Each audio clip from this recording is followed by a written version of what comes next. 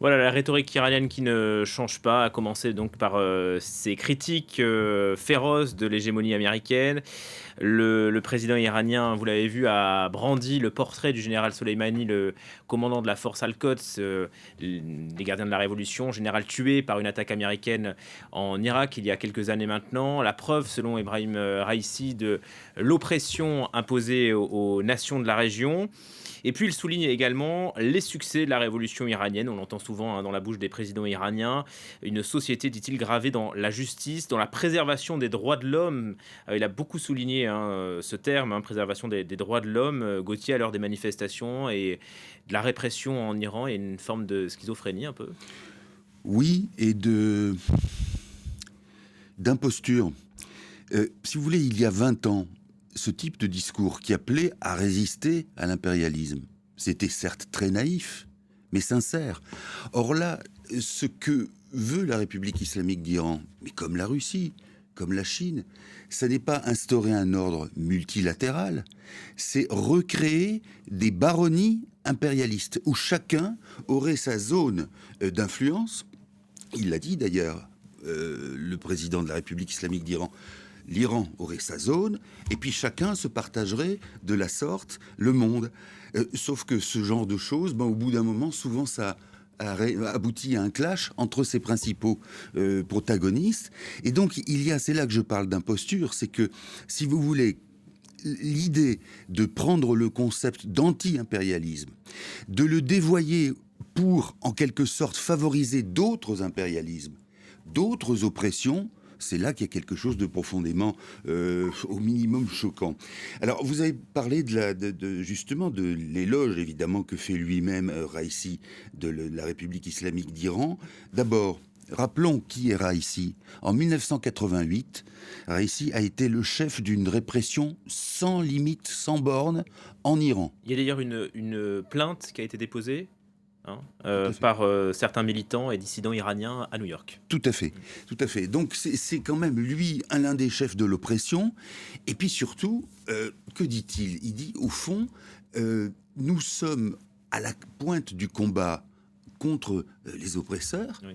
Et en fait, en interne, mais que l'on voit ce qui se passe en Iran aujourd'hui. C'est d'ailleurs extrêmement intéressant parce que les manifestants et les manifestantes vont très très fort, c'est-à-dire que surtout les femmes sont en pointe, c'est une première, et ils vont dans un mouvement d'émancipation qui consiste à dire à mort la République islamique d'Iran. C'est pas... Oui, Manifestation pacifique oui, et qui se termine pas, malheureusement pas encore puisqu'elle est en cours, mais il y a déjà 5 morts, oui. officiellement, C'est ça, c'est ça. Donc, vous voyez que cette oppression, au nom de la religion, entre autres, mais au nom du maintien au pouvoir d'une caste, quand il parle des fonds et de l'argent qui doit aller au développement, mais que s'est-il passé en Iran, si ce n'est la captation par les gardiens de la révolution de tout ce qui était le fruit avant les sanctions, et même pendant les sanctions, de tout ce qui était le fruit du commerce en faveur de la République islamique d'Iran.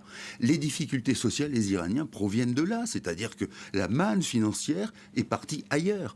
Donc là encore, c'est une forme de, comment dirais-je, de déni de la réalité, et surtout de dire que les droits humains, finalement, sont le plus important. Et là, on a envie de dire au président iranien, mais pourquoi n'avez-vous pas le courage de vos positions ?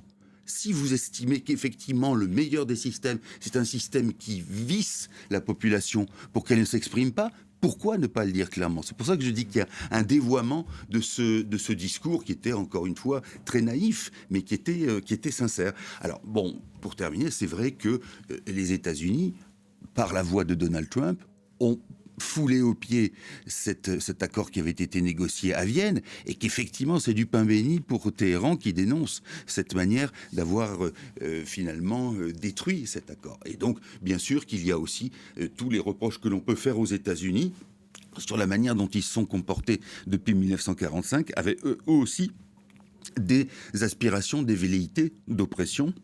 C'est tout à fait clair. Mais si vous voulez, aujourd'hui, encore une fois, dire que la République islamique d'Iran et ses alliés, que ce soit russes, chinois, indiens, sont à la pointe du combat pour la libération de l'humanité, c'est plus qu'une... Je veux dire, si c'était pas aussi grave, on pourrait rire, vous voyez, je reprends une phrase d'Emmanuel Macron hier, mais c'est vrai, si c'était pas aussi grave, on pourrait rire de cette imposture. Qui est dupe? Ni le monde extérieur, ni les Iraniens qui sont en ce moment dans la rue.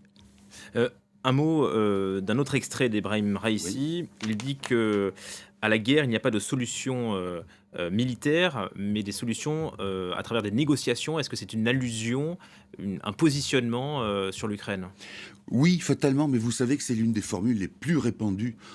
On dit à chaque conflit, on dit il n'y a pas de solution militaire, il n'y a qu'une solution politique.